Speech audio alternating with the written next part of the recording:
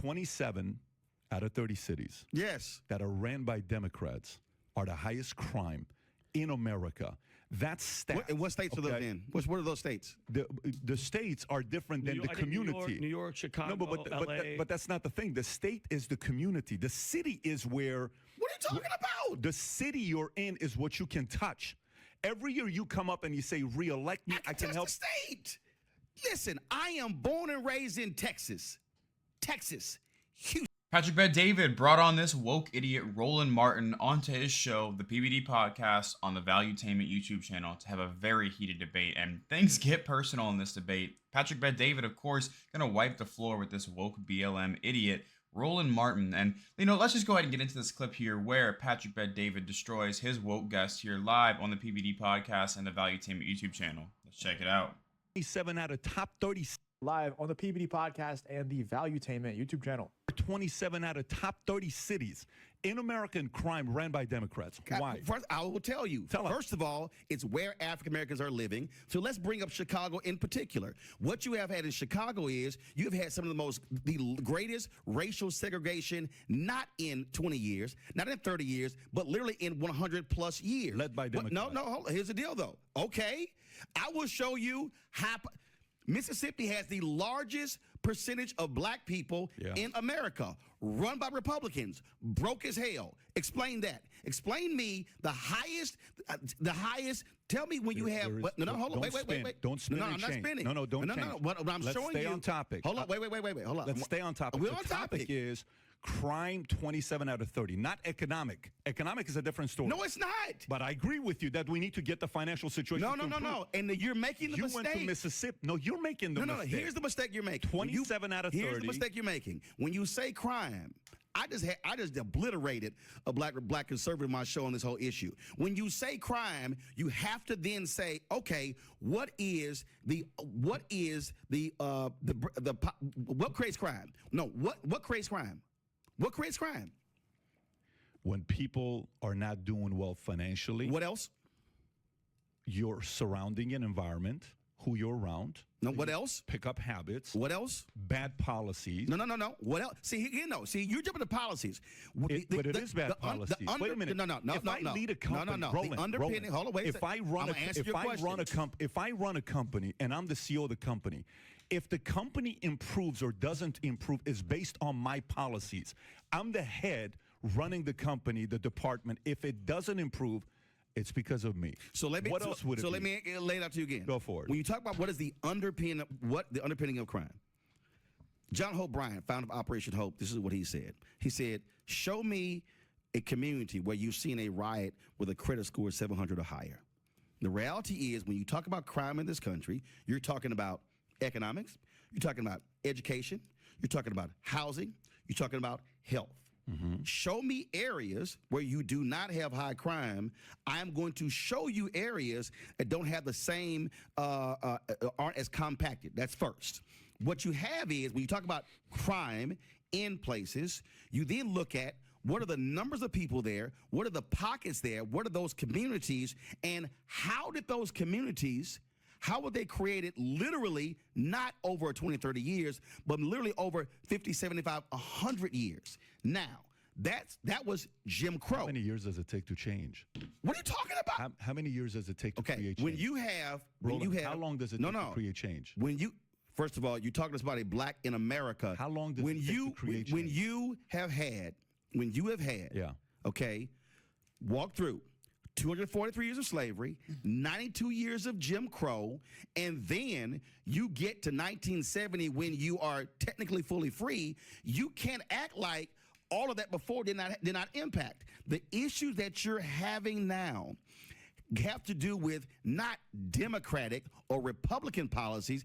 It has to do with literally white supremacy and Jim Crow in America. We are still, to act as if we are still not dealing with that. How did housing discrimination take place in this country? Do you know who created it? The realtors. Oh my God. I can't stand professional victims, man. This guy, Roland Martin, is just a victim for a living. And he's trying to convince other people, as many people as he possibly can, that they are also victims. So they follow him and probably buy his book or his course or something. I mean, I don't even know if he has that, but I'd imagine he probably has something like that that'll sell people to explain to them why they are the biggest victims ever. And it's just funny how Roland Martin won't answer Patrick Bet-David's question, even though he keeps asking the same thing over and over again. How long did it take to create change? Because he doesn't care about genuine change. He doesn't care about any of these real problems going on. All he cares about is convincing people that they're victims and making people stay in their head. And I know it sounds super harsh, but we all know it's true.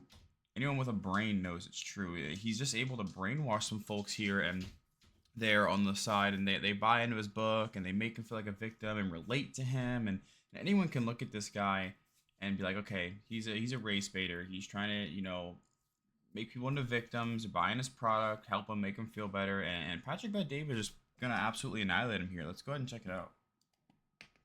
They apologize for it. Why are you going away from the question? No, because here's the deal, though. You don't want to deal with what creates crime areas. You got to realize this. Listen, I'm dealing with the real truth. How they create it. What you're dealing with is, there are democratic areas. What I'm dealing with is how do you deal with the historical reality of neighborhoods that simply can't be just, we elected one person and they're just going to change it. Roland, doesn't work that way. Roland, I'm Middle Eastern, okay? I was born in Iran, 10 years.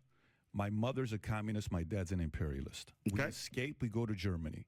I lived at a refugee camp for 2 years, okay, with people who are Yugoslavian, Czech, Albanian at the time, and they're all leaving for a reason. I come to the States, okay? I'm a welfare baby. I'm a food stamp baby. Okay. Just letting you know, my parents are divorced twice in 20 years. I'm going to Glendale High School. I have a lunch ticket I would sell because I don't have any money. I'm 6'1", 130 pounds. That should tell you the fact that we don't come from a lot of money. One day, I'm in the school, and my teacher starts talking about politics. Up until that point, when I think about politics, all I think about is divorce. Because I think about my mom and dad arguing all the time. I have a lot of pain linked to politics at the time. And the teacher's going to be a Democrat because she's presenting how rich people are this rich. I'm like, okay, great, rich people are bad. So I come home. Obviously. 13-1. That's the number. That's dude, I had a whole lot of damn Republican teachers in my life. Well, I like stats. And the stats are 13-1 is Democrats to Republican. You know the stats. So I come home and I say, Mom, are we Republicans or Democrats? And she said, we're Democrats. I said, tell me why.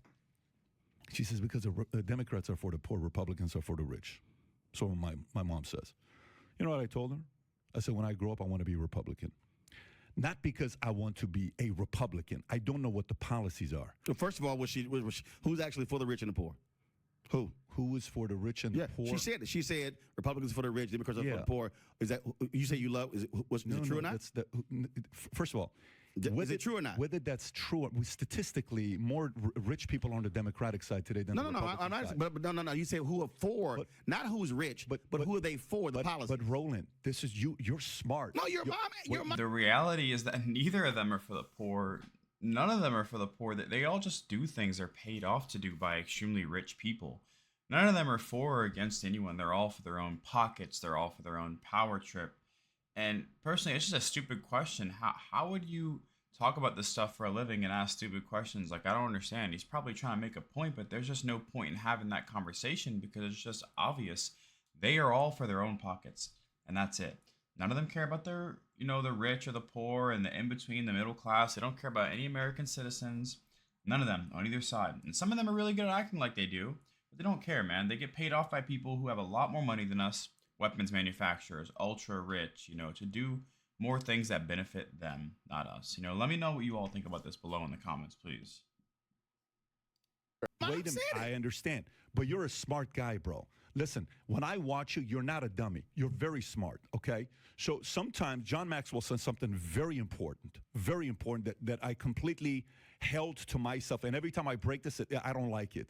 He said, the moment you learn sales and you learn persuasion, okay? The moment you learn the ability how to persuade, you, me, we learn how to persuade. He says, be very careful to not go one step above that, which is to manipulate just to win all arguments, because you can. You can win any argument if you want to. You can play devil's advocate and flip the argument, play the Republican side, and you make one hell of an argument to beat a Democrat because you can do that. You have the ability, I have the ability as well. I don't want to do that. What I'm asking you right now is the following. Results. Today, 27 out of 30 cities Yes. that are ran by Democrats are the highest crime in America. That's stats. What states are those in? What are those states? The states are different than the I think community. New York, Chicago, No, LA. but that's not the thing. The state is the community. The city is where. What are you talking about? The city you're in is what you can touch. Every year you come up and you say, "Re-elect me. I can touch help." the state. Listen, I am born and raised in Texas, Houston, Clinton Park. To act as if. What? No. Oh, so then what you're saying is, let's stop voting for mayors. They're a waste of time. No, see, because they can't do anything. First of all, I didn't say that. Let me finish my thought.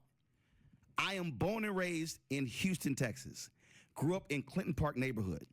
To act as if what happens in Austin does not have an impact on Houston is crazy. You're making excuses now. No, I'm not. You're making excuses. Okay, here's the deal, though. See, it's real easy to say it's excuses when I'm stating facts. And the point I'm stating is... That's not a fact. That's just an opinion. No, it's a fact. The state of Texas significantly has an impact economically, educationally on what happens in Houston. That's a fact. Yeah, but as somebody who, as a kid, traveled with my mom to rallies and events with the Metropolitan Organization and the state capitol, I understand. Did you grow up rich? Who? Did you grow up rich? No, my parents didn't even go to college. How are you rich then? What do you mean how? How are you rich? Here's how. How are you rich? No, here's. I'll tell you how he's rich.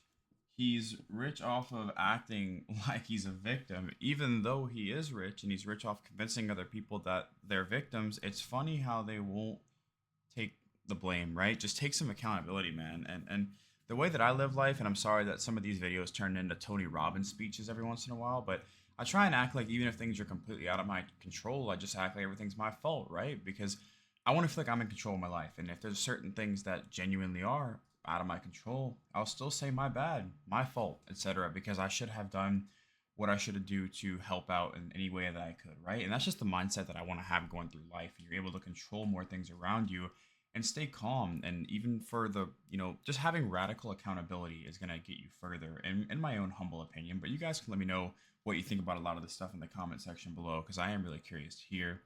Make sure to like, comment, and subscribe. It helps out a ton. I'll see you all in the next one. Peace.